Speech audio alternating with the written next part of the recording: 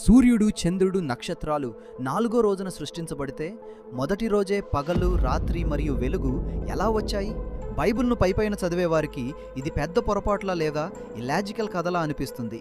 కానీ ఆధునిక అంతరిక్ష భౌతిక శాస్త్రం పరిశోధనలు బయటపెట్టిన నిజం తెలిస్తే మీరు ఆశ్చర్యపోతారు. ఆదికాండము 1:3లో మొదటి రోజే వెలుగు కలుగునుగాక అని దేవుడు ఆజ్ఞాపించాడు. కానీ 14వ వచనంలో 4గో రోజున మాత్రమే సూర్యచంద్రులను ఉంచాడు. సైన్స్ ప్రకారం వెలుగు ప్రసరించడానికి సూర్యుడే మొదటి మూలం కాదు. విశ్వం పుట్టిన ప్రారంభంలో జరిగిన భారీ విస్ఫోటనం లేదా కాస్మిక్ ఎవల్యూషన్ సమయంలో నక్షత్రాలు, గ్రహాలు ఏర్పడక ముందే సమస్త అంతరిక్షమంతా శక్తిమంతమైన కాస్మిక్ బ్యాక్గ్రౌండ్ రేడియేషన్ అనే ప్రాథమిక వెలుగుతో నిండిపోయింది.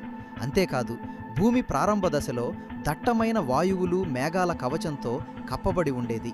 మొదటి రోజున ఆ దట్టమైన పొరల్లోంచి కాంతి భూమిని తాకి పగలు, రాత్రి చక్రాన్ని ప్రారంభించింది.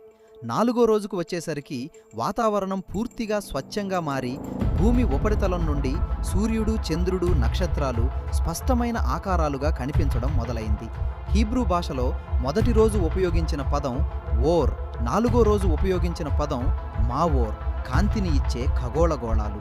ఆధునిక ఆస్ట్రానమీ కనిపెట్టిన ఈ ఖగోళ సత్యాన్ని బైబిల్ 3500 ఏళ్ల ముందే ఖచ్చితమైన క్రమంలో రికార్డ్ చేసింది. బైబిల్ మరియు సైన్స్ ఆధారాలతో కూడిన వీడియో కోసం కింద సబ్స్క్రైబ్ బటన్ పక్కన కనిపిస్తున్న లింక్పై క్లిక్ చేసి వెంటనే చూడండి. మరిన్ని బైబిల్ నిజాల కోసం ఇప్పుడే సబ్స్క్రైబ్ చేసుకోండి.